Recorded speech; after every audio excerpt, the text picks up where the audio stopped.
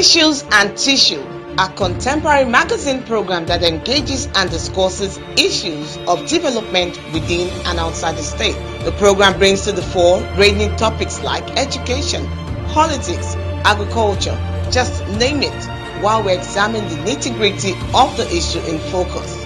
Join me, BC Akpaida, every Wednesday on African Independent Television, AIT, for an exciting time. Issues and Tissue. If we can think it, we can discuss it. Hello and thanks for staying tuned on your channel of choice, African Independent Television, AIT, here in Benin City. I'm sure you've been having a lovely day, and the program is Issues and Tissue, a contemporary magazine program that, addresses issues of development in our society. And today we'll be looking at political issues. Yes, in Edo State, the political scene is building up, and we have a political analyst today. We will be discussing issues of politics and, real orientation, what we should be looking out for, and, peace during the election. Don't go nowhere, stay with us on the program, and we'll be right back with our guest.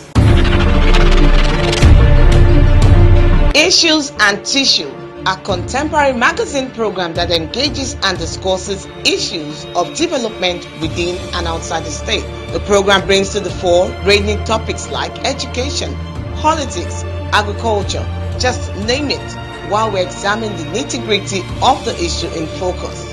Join me, BC Akpaida, every Wednesday on African Independent Television, AIT, for an exciting time. Issues and Tissue. If we can think it, we can discuss it.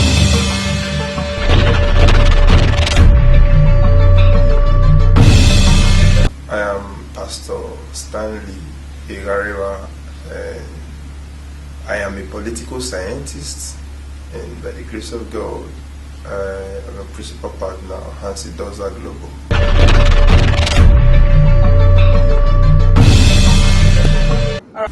The kind of political, the party system we have in Edo State.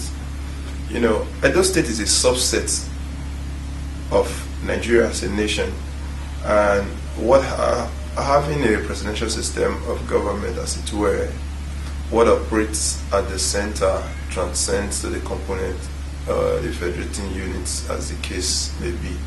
So the party system we're practicing in Nigeria, in Edo State, and by extension Nigeria, is the multi-party system. Though we have the one-party system, the two-party system, the multi-party system. The rationale behind our leaders coming up with this kind of party system, that's the multi-party system, is to give enough flowing, enough grounds to the heterogeneous cultural heritage of the Nigerian system. We have a people that have a multiple culture, multiple people, and there has to be something that will be able to cater for the needs of all.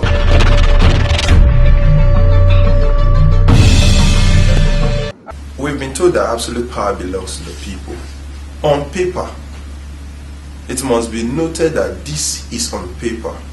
The only time you ever see a politician in the Nigerian terrain come to you is when they need something from you. So if you say absolute power belongs to the people, that basically, like I said before, is on paper, because in natural sense of the word, absolute power is supposed to belong to the people, but the machinations of people that are elected or appointed into positions, they turn out to do the otherwise. We've heard of a situation whereby maybe people get tired of the behavior of an elected officer, and there is the process of recall begins. It is truncated at the middle. It never comes to fruition. Well, it's either there is a manipulation, even when the people have not actually applied for such a recall, there is a bastardization of the process just to ensure that certain things comes to reality. Whereas that is not the true picture of what the people want. In actual sense, absolute power does not reside with the people. With the manipulations, with the things we see, how can absolute power reside with the people who does not have the capacity as it relates to having the wherewithal financially? The people have been bereaved of the authority to exert certain level of power, certain level of respect. So until the politician needs something, there is no recourse to the people. So if you are saying absolute power resides with the people, I wish to emphasize that it is on paper until another election. Because if it actually resides with the people, there is consideration that if I go against the reason why these people elected me, there is a process of recall. I could be asked to exit or vacate the seat. Therefore, I must work in alignment, strict adherence to the principles that brought me on board. But it is thrown to the waste bin once they get to power. Look at the probe going on now. It will shock you when you are hearing when you are hearing certain revelations. When you're seeing certain revelations, you're shocked. Like, and we are complaining that we are in such a mess. We are blaming other people for the errors that our own people are inflicting on us, for the pain our own people are inflicting on us. In getting back the power of the people, in placing the powers where they should reside, there has to be strengthening of the institutions. Do you know that in Nigeria, the institution that is set up to fight corruption is indicted of corruption? So he that must come to equity must come with clean hands. So if the institutions are not strengthened, there is a very long way to go. There is a long way to go. Because if the people want to apply for a recall, it has to be through an institution. What institution will you apply through when it has been bastardized? When the very essence, the very principles that set up that institution is nowhere to be found. It is relegated to the background. So the thing is, the first point is there has to be strengthening of the institution. That's one. Two, the people, when a people loses their rights, their birthright, just like Esau, if you came to interview me, if I am not bribed, as it were, to speak in certain direction, tomorrow if I say something wrong, you will be bold enough to scold me. But if I come to you, for instance, somebody is contesting for a position. This is why politics has become so expensive in this part of the world.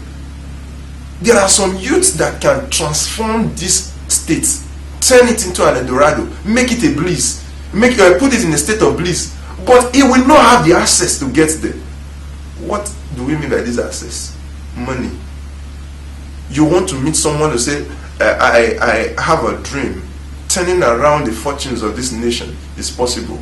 And I tell you, okay, what do you have for me? If I don't have something for you, it means it becomes difficult to get there. So returning power back to the people, there has to be strengthening of the institutions, and the people must return to the drawing board. That it is not just about me. It is not just about stomach infrastructure, you taking care of me today. But we want a nation of our dream, because if this nation collapses, it collapses on every one of us, no exemption. Not even on not even the children that are being safeguarded, not even the children that are being that we're safeguarding money for, that will be left alone. It will crumble on everybody. Therefore, we must make up our mind. Let's take responsibility. Let's start thinking. I would rather stay and think of what kind of nation will my children inherit, rather than thinking of what you will give to me today. No matter what you give to an individual today, it will not be there again in the future, especially when it comes to the wrong means. So the people should have a mental reorientation. Let's change the trajectory. Somebody comes to you, for instance, and he wants an elective position. Don't ask him for money. Check, what is your manifesto? What do we stand to gain? Not I now. As a people, what do we stand to gain? What will, at the end of your 4 years, 2 years rule, as the case may be, what will the destiny of this country be? What will the destiny of this state be? When we begin to think in this dimension, we notice that things turn around for good. We are no longer secluded in our thinking. We are no longer talking about ourselves alone. What does he hold for me? What does he hold for my family? No. Now we now emphasize what will the unborn generation have as an inheritance. What kind of nation will they be subjected to live in? So we must start thinking, let's go beyond patrimonialism. Let's go beyond this nominal thinking of me, myself, and I. Let's start thinking, what kind of Nigeria do we want? What kind of Edo State do we want? Do you know the embarrassment our people receive when you get to the airport? For instance, you're traveling out of this country and you get to maybe a foreign airport. The way they will set you, immediately they see you with a Nigerian passport. Not because you have committed a crime, because somebody, a leader, messed up the system and is now having a rip-off effect on you. Because of the corruption that happened not too long ago, because of the fraud that happened not too long ago, we've seen a job offer was given out in Dubai and Nigerians were restricted because somebody has done it. So we must be able to come to the understanding that whatever I do does not just impact on me and my generation. It impacts on those yet unborn. It impacts on those people I might not know. It impacts on them.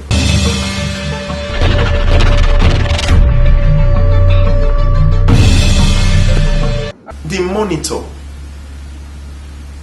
the guard, the measurement scale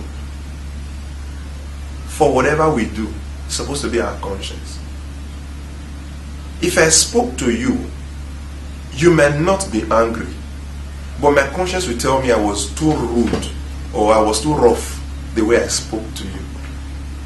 Now, you might not be there. You might not have even said anything. So the best judge of our actions, even if we decide to deny it, is our conscience. So if I am going to vote along party line, let's assume a party decides to, maybe by virtue of ulterior motives, by virtue of the volume of water that has gone under the bridge, decides to flaunt a candidate. And within me, I know this candidate may not be able to, does not represent my ideology as an individual. I should not vote because my party has said so. We should be able to understand that until we demystify, de-emphasize party supremacy over conscience supremacy, there will be a problem. We all have conscience, whether as a Christian, as a believer, as a non-believer. Whatever we do, we have a sense of judgment within us that tells us this thing is right, this thing is wrong. I know a lot of persons will consider party supremacy because the party is actually responsible for the sponsorship of that candidate. Yes. But that does not devoid us of a proper thinking capacity to assess the situation, to know who and what should be at a particular point in time. So your conscience as an individual, you've been able to check, you've been able to understand certain things that as an individual, there are certain things, there are certain things that it may be accepted by the majority. It doesn't make it right. That a party has lifted up their hands, has lifted up the hand of a candidate does not mean it's generally accepted. It does not mean conscientiously we can accept such candidate. So it has to be in building a state of our dream. What should be at the back of our mind is opening our spirits to be able to know who can represent us, who can be the very face of the Edo state of our dream. So until we do this, we will keep voting along party lines. Do you know that this party line voting has brought so much of ethnicity, tribalism? Tell you, oh, this because this person is from this particular ethnic group, this party has decided to take this individual.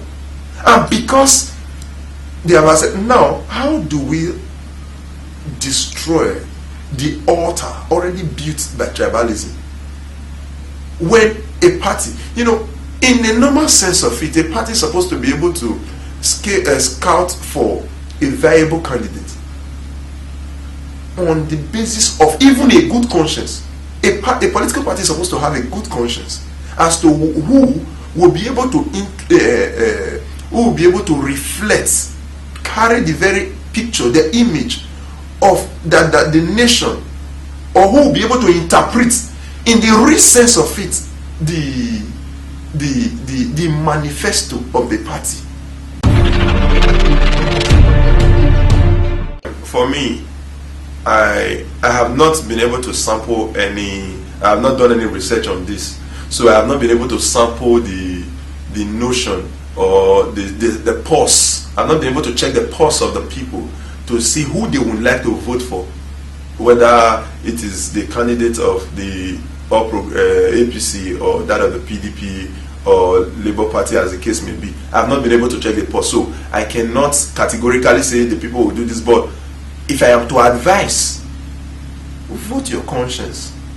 It's not a function of what anybody is coming to even tell me. If you come now and say vote for me, you're talking to me as an individual to say vote for you. There are questions I will ask, and as you are answering those questions, my spirit will reflect that this person is lying. My spirit will reflect that, okay, this person is telling the truth. My spirit will reflect that, oh, this person, he may not know how to put it, but I think he is sincere. You can see through the heart of the person. So because I've not been able to do such research or check the pulse of the people, it will be difficult for me to say, oh, the people are going to vote along a party line, or no, the people are going to vote along their conscience. But if I am to advise, vote your conscience. Once beaten, twice shy. And in this case, 100 times beaten, 1 million times shy, because over time we've seen unfulfilled promises, and the Bible has told us that hope deferred maketh the heart sick. So now the citizenry, there is sickness. But the point has to be clear. What we're doing lately is, in the Nigerian system, what we now do is choosing the lesser evil. That's what we opt for, choosing the lesser evil. But the point must be made clear here that the fact that a system is bad does not mean you cannot find a way as to who to pick to make it a kind of, if not perfect, but a little better. Do you understand? So there has to be something that choosing a lesser evil that will make the system work.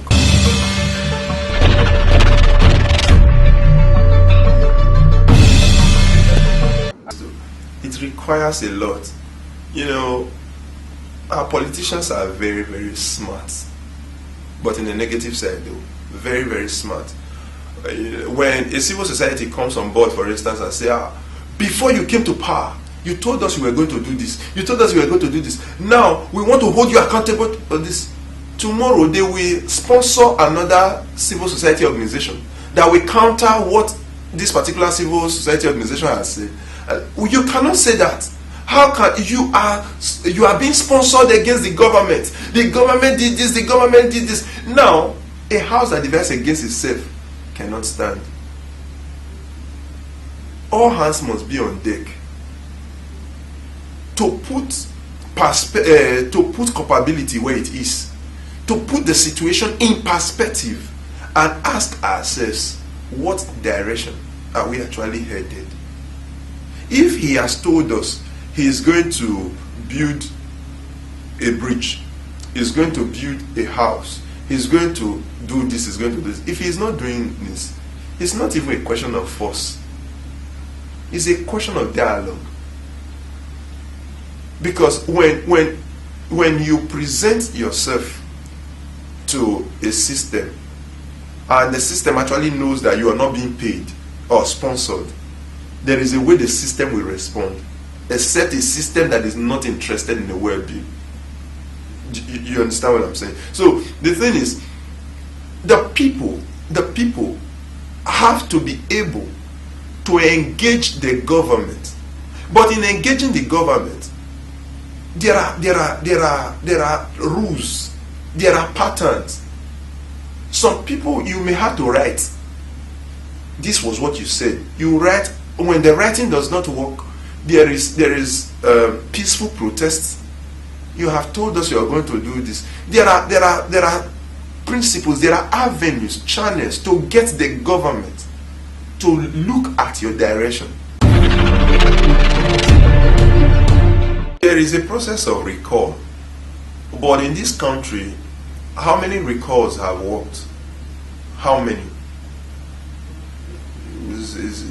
Though it's a rhetorical question, there is no, I don't know in recent time of any recall that has actually worked. That was why I said earlier, politicians are smart. I only want to start following the what's written in books.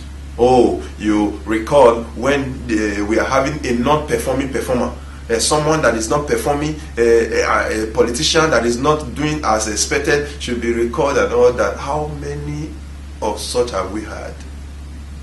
If you're even starting the process of recall, it's supposed to start from the people, but these people is going to tell you if cocoyam is good or is bad, it should remain in the form of the owner. We've heard in this country some person said, even if they stole money, it's our money he stole, it's our son, leave him. They marched from their region straight to Abuja to say, it's our son. If he stole money, it is our money he stole. We are not complaining. Also, how do you say, okay, we want to do a process of recall?